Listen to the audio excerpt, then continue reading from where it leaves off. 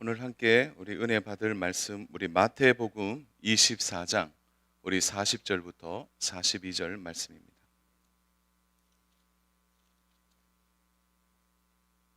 우리 마태복음 24장 우리 40절부터 42절 말씀입니다. 우리 세 절인데요. 우리 함께 우리 말씀을 합독하면 좋겠습니다. 같이 합독합니다. 그때에 두 사람이 밭에 있음에 한 사람은 데려가고 한 사람은 버려둠을 당할 것이요 두 여자가 맷돌질을 하고 있음에 한 사람은 데려가고 한 사람은 버려둠을 당할 것이니라. 그러므로 깨어 있으라. 어느 날에 너희 주가 임할 너희가 알지 못함이니라. 아멘. 우리는 지난 시간까지 이제 구원론의 마지막 단계 이제 영화의 과정에 대해서 함께 말씀을 나누었습니다. 그러면 이 영화의 과정에서 일어나는 가장 극적인 일이 뭘까요? 그게 바로 주님의 재림이죠. 그래서 이 주님의 재림이 임할 때를 우리는 종말이다 이렇게 말하고 있습니다. 그래서 성경에서 특별히 이제 다룰 때 종말론이라는 것이 따로 있습니다. 그래서 구원론, 신론, 인간론, 그리고 종말론 이제 이렇게 해서 하나의 중요한 신학적인 또 체계 속에서 이루어져 있는 것 중에 하나가 종말론이죠. 그래서 사실은 오늘 성경적 종말론을 이야기하면서 마태복음 24장의 내용들 전체를 좀 살펴보고 그러면 정말 성경적인 종말론이 뭔지를 오늘 이 짧은 시간이지만 함께 좀 이해하면서 말씀을 좀 나누어 볼까 합니다. 사실 종말론이라고 얘기하면 너무 좀 가볍게 들리진 않죠. 좀 무거운 마음도 있는 것도 사실입니다. 시험 치는 학생들에게 있어서 이 시험은 어렵고 힘든 일이기도 하지만 이 시험을 통해서 학생은 학생이라는 자신의 정체성을 알게 되는 거죠. 우리가 그리스도인으로 살아가지만 또 다른 우리 그리스도인의 정체성을 드러내는 가장 중요한 한 가지 중에 하나가 바로 종말론입니다. 그래서 성도는 주님의 재림을 기다리고 우리의 신앙의 마지막 끝자락에서 주님을 만나는 이 절대적인 재림의 시간 앞에서 우리는 성도라는 이름으로 살아가게 되는 거죠. 그래서 이 종말론은 너무너무 중요하고 우리 자신을 성도로서 살아가는 삶의 정체성을 분명하게 하는 중요한 또 우리의 앞으로 믿음의 태도 중에 가장 중요한 것이 종말을 기다리는 태도다 이렇게 말할 수 있습니다. 한동안 우리나라의 잘못된 종말론으로 인해서 한국 교회가 몸살을 하고 한국에 있는 그 믿지 않는 사람들에게 교회가 지탄의 대상이 됐던 적이 있습니다. 여러분 대표적인 것이 다미 선교회죠. 잘못된 종말론을 갖고 있었던 것입니다. 잘못된 이 휴거 사상이 온 나라를 떠들썩하게 했습니다. 저는 그때 대학 4학년이었대 제가 군대를 갔습니다. 그래서 정말 그 군대 간 그 시기에 이 다미 선교회가 말하는 10월 28일 1992년 10월 28일 바로 주님이 오신다 이렇게 해서 온 나라를 떠들썩하게 했습니다. 제가 10월 14일 날 이제 군대에 들어갔습니다. 강원도 철원군 동성읍 이제 6사단 사단 교육대에서 훈련을 받고 있었을 때입니다. 10월 28일이 있었는데 저도 막 훈련을 받다 보니까 정신이 없어서 군대 입대하기 전에 다미 선교회가 워낙 시끄럽게 했던 적이 있었기 때문에 기억하고 들어갔는데 막 훈련 받다 보니까 잊어버리고 있었습니다. 근데 그날 저녁에 이제 조교들이 저를 행정실로 불렀습니다. 그리고 제가 기독교인인 줄을 알고 저에게 물었죠. 야, 정말 휴가가 되는 거 맞냐? 저 사람들이 말하는 대로 정말 그 예수님이 오는 게 맞냐? 저한테 물었어요. 근데 그 앉아 있는 조교들이 그 훈련시킬 때는 얼마나 무섭습니까? 눈도 안 보이거든요. 쳐다볼 수도 없는데 다들 막 손을 모으고 긴장한 모습으로 저한테 질문을 했습니다. 제가 분명히 얘기했습니다. 100% 거짓말입니다. 100% 거짓말이다. 그때 한 조교가 이렇게 말했습니다. 저한테 만약 휴가 되면 너는 죽는다. 그 얘기를 저한테 했습니다. 그리고 저를 이제 돌려보내서 니 진짜 그럼 맞지? 예, 맞습니다. 틀림없습니다. 저를 믿으셔도 좋습니다. 그러니까 조교들의 얼굴에서 왠지 막 100% 믿어도 된다고 하니까 그래? 그러고 이제 돌려보냈습니다. 여러분 그날 밤에 그 부대 전체가 이제 훈련대대니까 그 훈련대대 전체 불이 켜져 있습니다. 그리고 밤새 부대의 모든 등이란 등은 다 켜고 비상근무를 했던 것이 기억이 납니다. 저는 잘 잤습니다.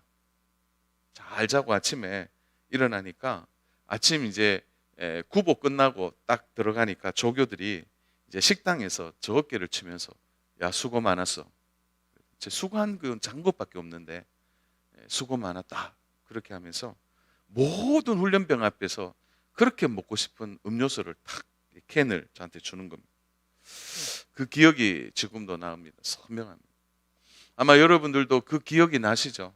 그날 사람들이 나오면서 성경책을 막 내팽개치고 거짓말이구나 하고 나왔던 그것도 TV에 잡혔죠. 이게 그 잘못된 종말론을 가진 태도이죠. 자, 그렇다면 오늘 우리가 알아야 될 종말론이 뭘까요? 그것은 우리가 예수님이 하신 말씀을 잘 따라가면 돼요. 예수님이 이 종말에 대해서 어떤 말씀을 하셨는지 우리가 그 말씀을 좀 귀를 기울여서 그 말씀대로 우리가 믿고 그 말씀대로 우리의 태도를 취하면 그것이 가장 성경적인 종말론, 다시 말해서 종말을 준비하는 성도의 올바른 자세라고 볼 수 있는 거죠. 자, 그런 의미에서 오늘 이 본문이 들어있는, 오늘 우리가 읽은 이 본문이 들어있는 24장은 두 가지의 사건이 겹쳐지는 사건이에요. 몇 가지의 사건이 겹쳐진다고요?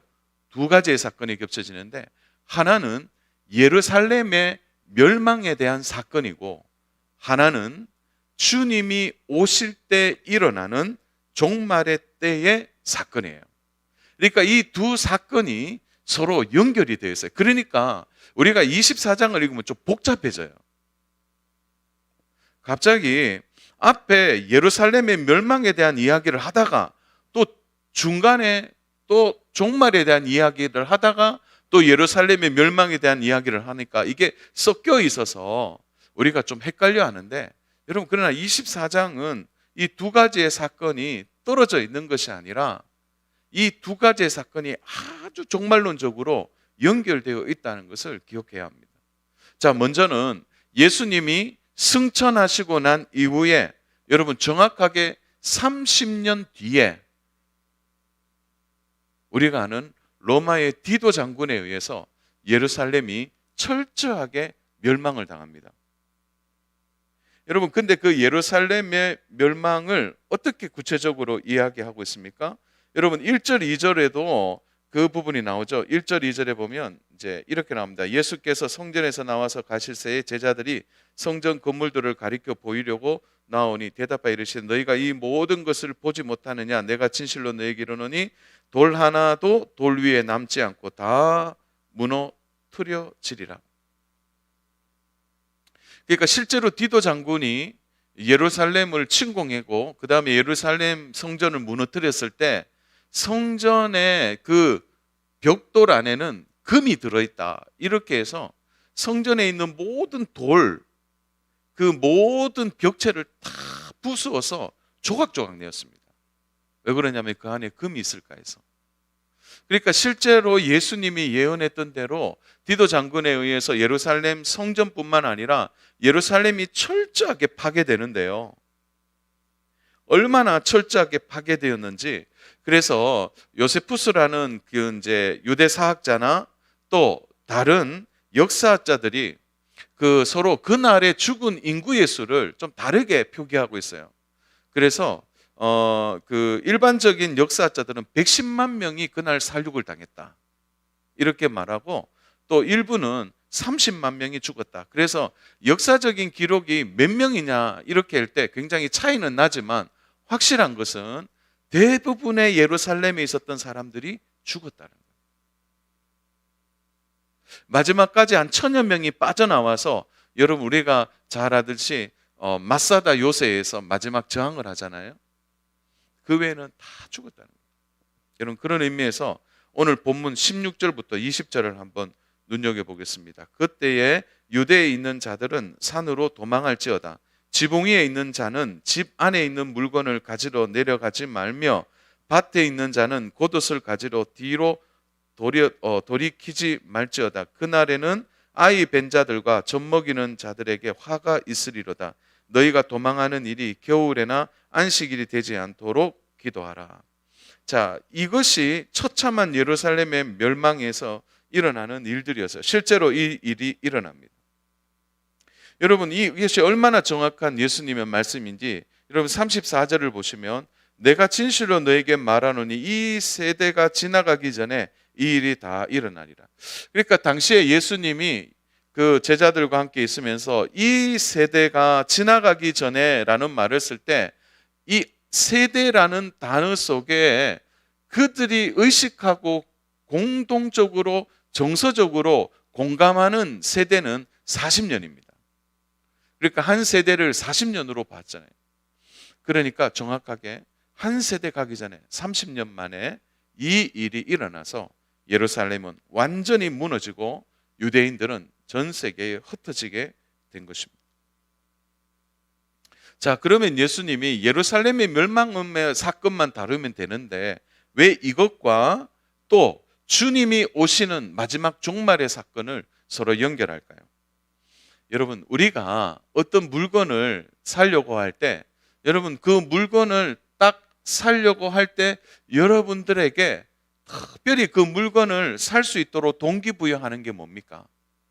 그게 우리가 오늘날로 말하면 광고입니다. 광고. 그래서 내가 이 물건을 사려고 하면 어떤 광고가 계속 그 물건을 소개하는 거죠. 그거는 광고일 뿐이에요. 그거는 물건을 주는 게 아닙니다. 그러나 그 광고를 통해서 우리는 알게 되는 거죠. 아, 이 물건이 이렇게 쓰임을 받게 되니까 아, 내가 이 물건을 좀 사야 되겠다라는 결단을 하게 되는 거죠. 여러분 광고를 1000번, 10,000번 보세요. 그래도 그 물건 안 줍니다. 그렇지만 그 물건에 대해서는 우리가 모두 인지할 수 있도록 해주는 거죠. 여러분 영화도 마찬가지입니다. TV에 영화 광고가 나오면요, 그 영화가 2시간, 3시간 되지만 그 1분 동안 그 영화를 짧게 소개하는 것을 우리는 예고편이라고 말하는 거죠. 그래서 이 영화가 어떤 내용으로 흘러가고 주인공이 어떻게 되는지를 보면서 우리는 영화관을 찾아가거나 영화를 보려고 하는 시간을 내는 것이죠. 여러분 그런 의미에서 이 24장에서 예루살렘의 멸망을 다루고 있는 가장 결정적인 이유는 바로 앞으로 예수님이 오실 종말에 대한 예고편을 바로 예루살렘의 멸망을 통하여 알게 해주시는 거예요. 이런 일이 너희에게도 일어날 것이라는 거예요. 그러므로 예루살렘 멸망이라는 주제를 먼저 다룸으로써 실제로 너희들이 아니 우리는 안 망할 거야, 예루살렘 성전 절대 무너지지 않을 거야 했는데 예수님의 말씀대로 이렇게 된 것처럼 주님이 오실 때도 이런 일이 일어날 것이라는 것에 대한 선명한 주님의 말씀이 바로 두 사건을 겹치게 해서 알도록 해주신 것입니다. 자, 여러분 그러므로 예루살렘 멸망은 결코 가벼운 일이 아닙니다. 왜 그렇습니까? 오늘 우리들에게도 이 종말의 시간이 다가오고 있기 때문에. 예루살렘 멸망은 한 세대가 지나간 것이지만 주님의 재림은 세대와 세대를 넘어서 주님의 때에 이루어지시기 때문에. 우리가 또 하나 볼 수 있는 것은 이스라엘의 역사를 하나님이 경영하시고 하나님이 이 역사에 실제로 이 일을 되게 하신 것을 보면서 하나님은 이스라엘의 역사만 다루시는 것이 아니라 이 나라, 이 민족, 그리고 이 방언과 족속과 열방을 넘어서 하나님이 전 세계를 나라 가운데 역사하고 주관하신다는 사실을 바로 이 사건을 통해서 또 보여주고 있는 것입니다. 여러분 그래서 결코 가벼운 말씀이 아닙니다. 그래서 예루살렘의 멸망을 통해 주님이 오시는 이 종말이 이렇게 될 것이라는 것을 우리가 기억하고 받아들이는 일이 너무나 중요한 것이죠. 그런데 오늘 24장에 보면 이 예루살렘이 무너졌지만 이스라엘이 회복되는 말씀이 나와요. 이거 왜 중요할까요? 종말의 때가 되면 이스라엘이 회복하기 때문에 그 회복을 보면서 깨닫게 되는 것이죠. 여러분 보세요. 2000년 동안 방황하던 유대인들이 1948년에 그들이 나라를 회복하게 됩니다. 자, 주님의 말씀이 2000년 만에 이제 이루어지죠. 예루살렘이 회복되어 지금 나라가 되어 살아가고 있는 것이죠. 그래서 이 이스라엘의 회복은 주님이 다시 오실 종말의 시기를 가늠할 수 있는 너무나 중요한 기준이 됩니다. 로마서 11장 1절을 보면 이런 말씀 같이 한번 읽겠습니다. 그러므로 내가 말하노니 하나님이 자기 백성을 버리셨느냐? 그럴 수 없느니라. 나도 이스라엘인이요 아브라함의 씨에서 난 자요 베냐민 지파라. 자, 여기에서 하나님이 자기 백성을 버리지 않으셨다고 말합니다.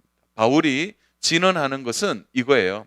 하나님이 유대인도 구원에 참여하도록 그들에게도 복음이 열렸다는 것을 말씀해 주고 있는 거예요. 그래서 마지막 종말의 시기에 있어서 우리의 눈으로 확연히 드러나는 것 중에 하나가 바로 유대인들이 하나님께 돌아오는 일입니다. 사랑 여러분, 근데 이게 실제로 지금 일어나고 있습니다. 지금도 1948년 이전에 미국으로, 유럽으로, 러시아로, 그리고 다 하나로 이렇게 흩어졌던 유대인들이 나라를 세우고 모였는데 이 안에 크리스찬들이 많이 나타났다는 거예요. 그래서 그들이 유대 사상을 가지고 흩어져 있었지만 그들이 돌아왔는데 지금도 실제로 유대 땅 안에 유대인들 중에 예수님을 믿는 신실한 바로 성도들이 한 2만 명 정도 있다고 해요. 이게 사실은 좀 놀라운 숫자이죠. 그러나 여러분 미국으로 가보십시오. 많은 유대인들이 개종해서 하나님을 믿고 있어요. 유럽은 더 많은 수가 하나님을 믿고 있는 것입니다.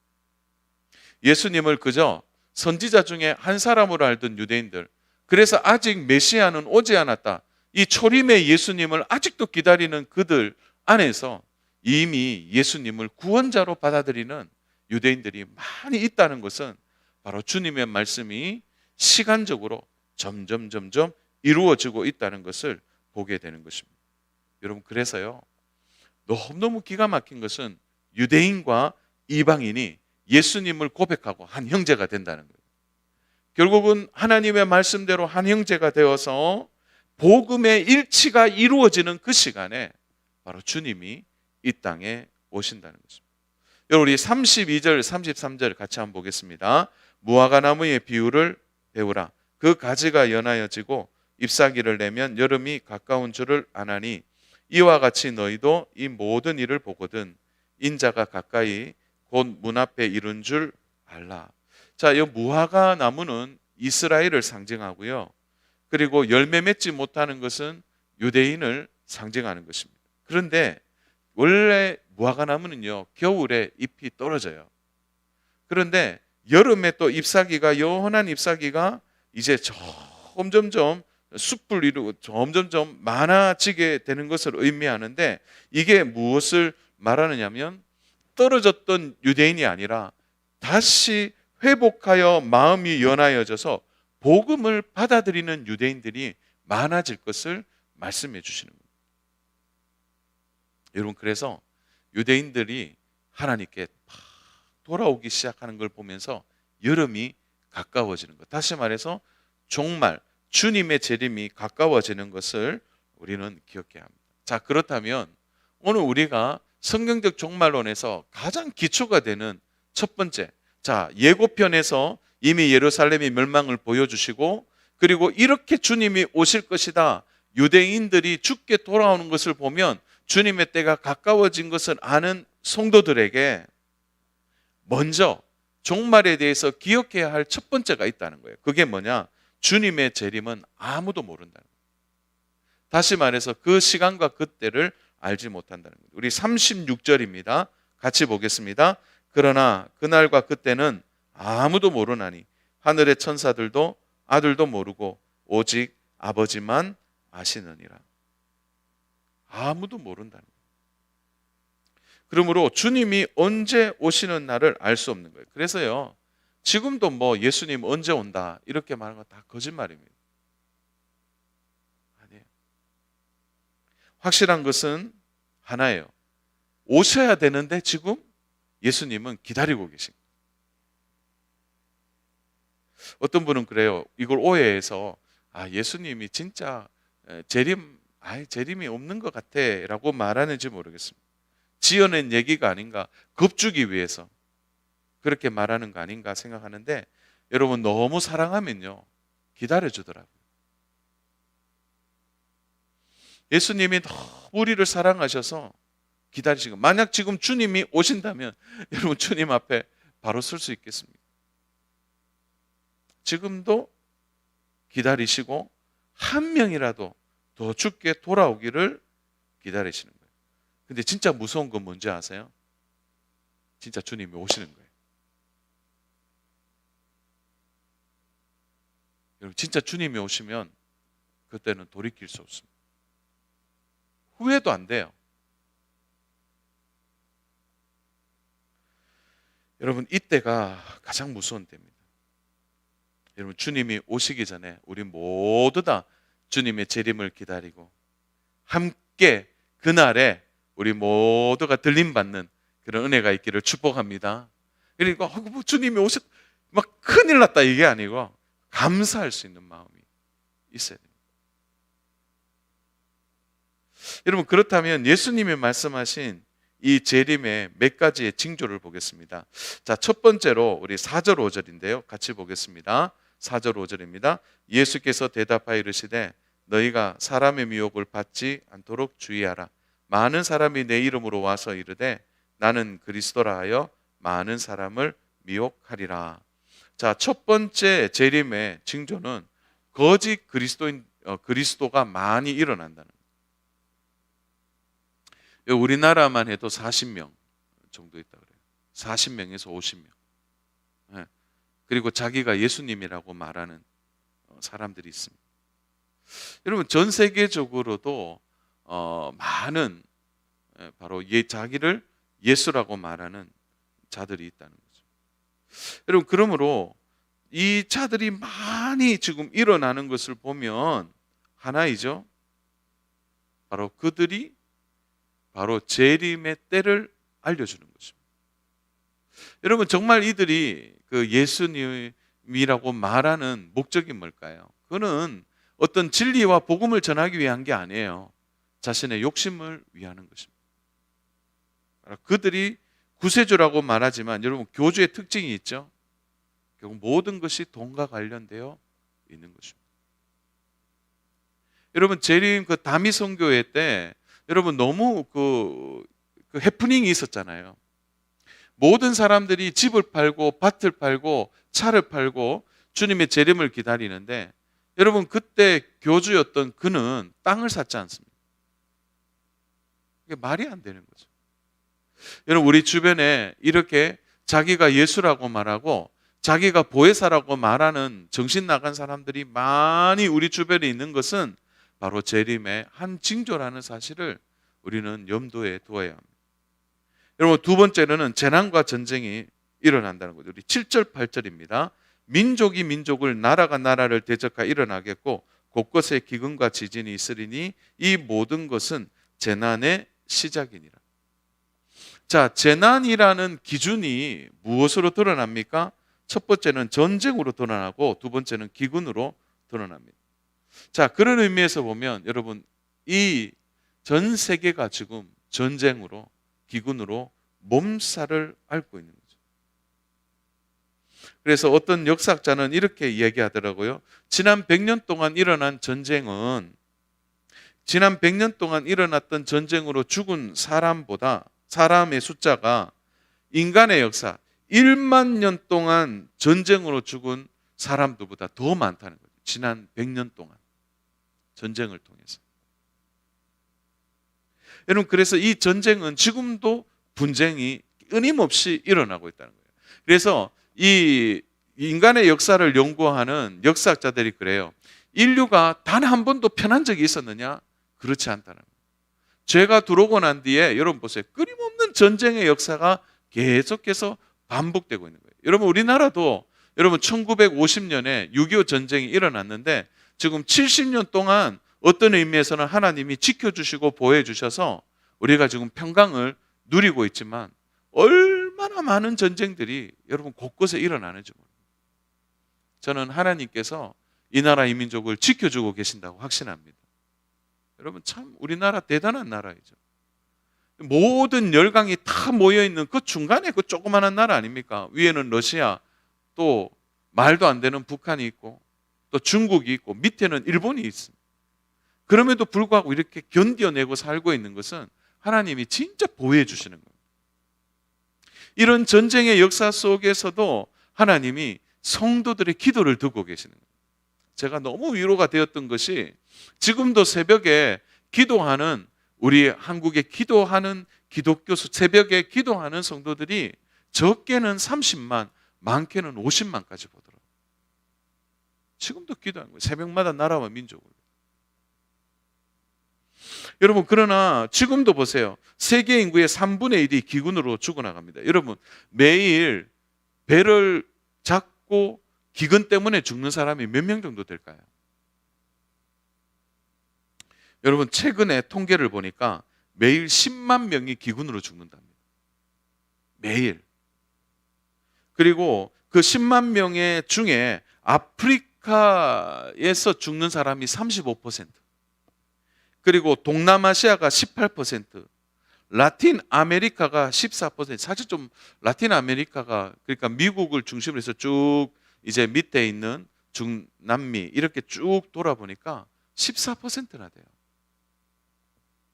그러니까 동남아시아와 라틴 아메리카를 합치면 아프리카 인구 정도 죽는 인구와 똑같다는 거예요. 10만 명이 기근으로 죽습니다. 여러분, 나라가 발전하고 과학기술이 발전하고 지금도 농업기술이 얼마나 많이 발전되어 있습니까? 그럼에도 불구하고 여러분, 하나님의 말씀이 지금도 하나둘씩 이루어져 있잖아요. 기근으로 죽는 사람이 10만 명이래요. 우리는 이것을 보면서 주님의 때가 가까이 왔다는 것을 기억해야 합니다. 세 번째로는요, 예수님 때문에 핍박받는 그리스도인들이 많이 나타난다는 거죠. 여러분, 우리 9절 같이 읽겠습니다. 9절 같이 읽습니다. 시작. 그때에 사람들이 너희를 환난에 넘겨주겠으며 너희를 죽이리니 너희가 내 이름 때문에 모든 민족에게 미움을 받으리라. 여러분, 예수님 때문에 교회가 불타고 예수님 믿기 때문에 순교하는 일들이 더욱 많아진다는 거예요. 근데 놀라운 통계는 오픈도어 선교회에서요, 2021년도 기독교 박해가 가장 심한 50개국을 뽑았는데 그 보고서를 발표했습니다. 여러분, 박해가 가장 심한 나라 1위가 뭘까요? 한번 맞춰보세요. 1위 어디일까요? 어디일까요? 북한이에요. 북한이 가장 박해가 심한 1위가 됐고요. 그 다음에 폭력을 행하는, 기독교인이라는 말을 듣고 폭력을 행하는 나라 1위가 파키스탄입니다. 여러분, 최근에 그 상격동에서 모슬림 이제 회당 짓는 것 때문에 상격동의 주민들이 반대하고 그 중심에 교회도 지금 같이 반대 운동을 하고 있습니다. 이제 경북대 학생들, 유학생들이 실제로 거기에 우리가 예배하는 처소를 마련하는 겁니다라고 말하지만 여러분, 그 주변에 있는 교회 목사님한테 제가 직접 들은 얘기입니다. 무슨 얘기냐면 그 사람들이 아니래요. 아니고 거기에 집단 거주지를 만들려고 하는 파키스탄에 있는 그 파키스탄 정부로부터 지원을 받고 종교국으로부터 지원을 받아서 거기에 집들을 사서 매입해서 거기에 파키스탄이 거주하는 집성촌을 만들려고 하는 게 목적이라는 거예요. 여러분, 가만히 보면 여러분, 경북대 유학생들이 무슨 돈이 있어서 집을 삽니까? 그게 아니라는 거예요. 그래서 목사님이 너무 안타깝게 얘기하시더라고요. 여러분, 파키스탄이 이 땅에 와서 물론 뭐 좋은 일 많이 뭐 일을 하고 열심히 살겠죠. 그러나 오픈도어 선교에서 확실하게 얘기하는 것은 가장 폭력적인 기독교인에 대한 차별과 폭행이 심한 나라가 파키스탄. 여러분, 박해가 심한 상위 50개국에 속하지 않았지만 그 안에 차지하는 쿠바, 스리랑카, 아랍에미리트 이런 나라들이 박해하고 있습니다. 여러분, 그래서 50개국에 속하지 않았지만 24개국에서 기독교인들을 박해하고 있는 이들의 숫자까지 합산할 경우에 여러분, 기독교인들이 핍박당하고 교회가 불타고 뭐 이런 일들을 다 합산해 보면 전 세계 기독교인의 8명 중에 1명이 지금 예수님 때문에 핍박당하고 있습니다. 8명 중에 1명. 여러분, 중국인 경우를 한번 생각해 볼까요? 10년 만에 박해국가 50개 중에 20위 안에 이름을 올렸습니다. 지금도 중국 정부가 교회를 핍박하고 종교를 감시하고 있습니다. 여러분, 처음으로 박해국가 50위 안에 순위에 진입한 나라가 멕시코 37위, 콩고 민주공화국 40위, 모잠비크 45위, 모로코 50위. 그러니까 박해하는 국가들이 점점 늘어나고 있는 거예요. 여러분, 교회 건물을 대상으로 테러를 하고 교회에 불을 지피고 교회를 강제로 폐쇄하는 전 세계적으로 지금 4,488건이 지금 집계됐대요. 그러니까 다시 말해서 끊임없이 이런 일들이 계속해서 집계되면서 그렇게 교회를 핍박하고 있는 거죠. 그중에 중국이 3,088건으로 바로 중국이 대부분 이런 핍박에 동참하고 있는 거예요. 여러분, 또 기독교 신앙 때문에 순교한 전 세계 인구, 기독교 인구가 4,761명이 순교했습니다. 이는 2020년, 여러분, 불가요, 그 2020년 보고서에는 2,983명인데 1년 만에 한 1,000여 명 정도가 늘었다. 순교하는 사람. 여러분, 주님의 재림의 때가 가까울 때 바로 예수님의 이름 때문에 핍박당하는 자들이 급속적으로 늘어나는 이 일을 통해서 우리는 주님의 재림이 가까웠다는 것을 기억해야 합니다. 그리고 마지막 네 번째로는 바로 복음이 전 세계적으로 편만해질 때라는 거죠. 여러분, 모든 복음이 전 세계에 다 나타날 때 주님의 재림이 가까워요. 우리 14절 보십시오. 이 천국 복음이 모든 민족에게 증언되기 위하여 온 세상에 전파되리니 그제야 끝이 오리라. 선교 역사자는 라토렛은 미종도, 그러니까 미종족, 그러니까 복음을 받아들이지 않는 종족이 11,000종족 정도 된다고 그래요. 여러분, 그 중에요, 절반은 조금 안 되지만 3,800종족이 무슬림 종족입니다. 이슬람 종족들이에요. 그들은 복음을 받아들이지 않는다. 또 2,700개의 부족 그룹, 부족 그룹 뭡니까? 아프리카에 한 100명씩 모여 사는 이런 부족들. 그리고 1,800개의 힌두 그룹들, 이슬람 힌두 그룹들, 그리고 900개의 불교 그룹들, 900개의 중국인 그룹들, 바로 그 외에 600그룹이 있는데 바로 이들이 마지막 복음에 있어서 바로 복음과 대치하고 있는 이들에게 복음이 전해질 때 바로 주님이 오신다는 거예요. 여러분, 긍정적인 것은 과학이 발달하고 정보통신이 발달하면서 정보를 취득할 수 있는 길들이 많이 열려서 기독교 방송의 영향력이 날마다 커져 나가고 있다는 거예요. 그래서 복음을 받아들이고 공산국가 안에는 몰래 복음을 받아들이고 무슬림 국가 안에서도 복음의 청취를 통해서 복음을 받아들이는 사람들이 기하급수적으로 늘어나고 있다는 거예요. 그래서 이 라토렛이 이런 말을 했는데요. 지금 전 세계적으로 수많은 난민들이 늘어났는데 특별히 무슬림을 중심으로 늘어나는 수많은 난민들은 결국은 기독교로 돌아오는 확률이 높아졌다는 거예요. 그래서 유럽에서 독일 교회, 영국 교회 이들에게 여러분, 아프가니스탄, 이란, 시리아, 이라크, 방글라데시, 에트리아에서 온 무슬림 난민들이 개종하는 사례가 계속해서 늘고 있다는 거예요. 특히 시리아 민족, 이들이 죽게 돌아오는 거예요. 여러분, 그래서 주님의 재림의 시간이 급속하게 빨라졌다는 거예요. 이러한 주님이 어떻게 이루어집니까? 주님이 이 땅에 오시는 바로 이러한 일들이 일어날 때 어떻게 이루어집니까? 여러분 27절 한번 봐주세요. 번개가 동편에서 나서 서편에서 번쩍임 같이 인자의 임함도 그러하니라. 여러분, 주님의 재림은 순간적으로 일어납니다.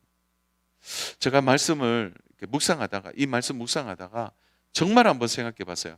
여러분, 우리가 주님의 재림이 예고편은 이미 끝났습니다. 예루살렘의 멸망을 통해. 그리고 주님이 다시 오신다라는 이 네 가지의 사건이 우리가 알지 못하지만 지금도 역사의 시간은 움직이고 있거든요. 그러다가 어느 날 갑자기 주님이 오신다는 거예요. 가슴이 그냥 쿵 하겠죠. 쿵 하고 떨어지는 순간에 주님이 오시면 돌이킬 수 없는 겁니다. 여러분, 그래서 주님의 재림은 오늘 준비해야 합니다. 오늘 주님 오신다. 그런 믿음으로 살아가야 하는 것입니다. 여러분, 그런데 우리가 주님의 재림은 우리에게 무서운 일이 아닙니다. 바로 우리의 말씀이 이루어지는 현장이고 우리의 소망이 이루어지는 현장이에요. 그러나 믿지 않는 자들에게는 이것은 큰 환난이 되는 거죠. 그래서 오늘 우리 본문 읽었잖아요. 주님의 재림에 전혀 다른 반응의 두 분류가 있다는 거예요. 여러분, 우리 30절 31절을 보면 그때 인자의 징조가 하늘에서 보이겠고 그때 땅의 모든 족속들이 통곡하며 그들이 인자가 구름을 타고 능력과 큰 영광으로 오는 것을 보리라. 그가 큰 나팔 소리와 함께 천사들을 보내리니 그들이 그의 택하신 자들을 하늘이 끝에서 저 끝까지 사방에서 모으리라. 주님이 오시는데요, 우리나라에서도 볼 수 있고 또 저 밑에 우리 지구의 반대편은 아르헨티나, 칠레에서도 동시에 볼 수 있다는 거예요. 그 영광스러운 주님을 보게 되는 것입니다. 누구에게는 심판의 나팔 소리이고 누구에게는 초청의 나팔 소리가 되는 거예요. 오늘 예배하고 또 영상으로 예배한 우리 성도들에게는 이 나팔 소리가 초청의 초대의 나팔 소리인 줄 믿습니다. 그러나 믿지 않는 자들에게는 심판의 나팔 소리가 되는 것입니다. 여러분, 그래서 오늘 본문이, 우리가 읽은 본문이 너무 귀해요. 재림의 그날에 사람들의 운명이 완전히 달라지기 때문이에요. 그때 두 사람이 밭에 있는데 한 사람은 데려가고 한 사람은 버려둠을 당할 것이요, 두 여자가 맷돌질을 하고 있음에 한 사람은 데려가고 한 사람은 버려둠을 당할 것이다. 여러분, 평소에는 모두가 같아 보여요. 여러분, 같아 보여요. 여러분, 일터 가면 다 같이 그냥 직장에 가면 일하고 같이 밥 먹고 같이 밭에 일을 하고 또 뭡니까? 같이 맷돌을 갑니다.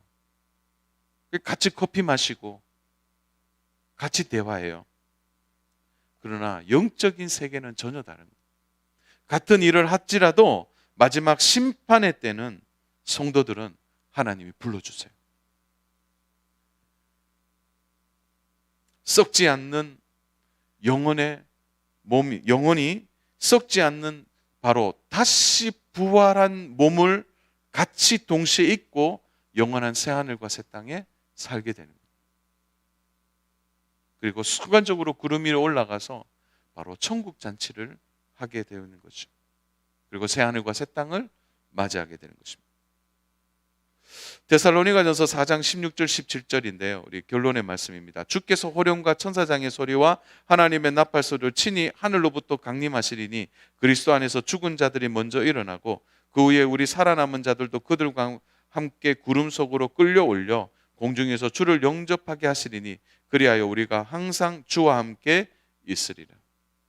사랑하는 여러분, 평소에는 함께 먹고 마셔요. 그래서 일반인들처럼 우리도 똑같이 생활해서 뭐 그 사람이 그 사람이고 나도 그 사람처럼 해요. 그러나 안 해요. 하나님의 영적인 눈은 안 해요. 우리는 이미 구별되어 있습니다. 아멘입니까? 같이 맷돌질해도 우리는 들림을 받게 돼요. 같이 일을 해도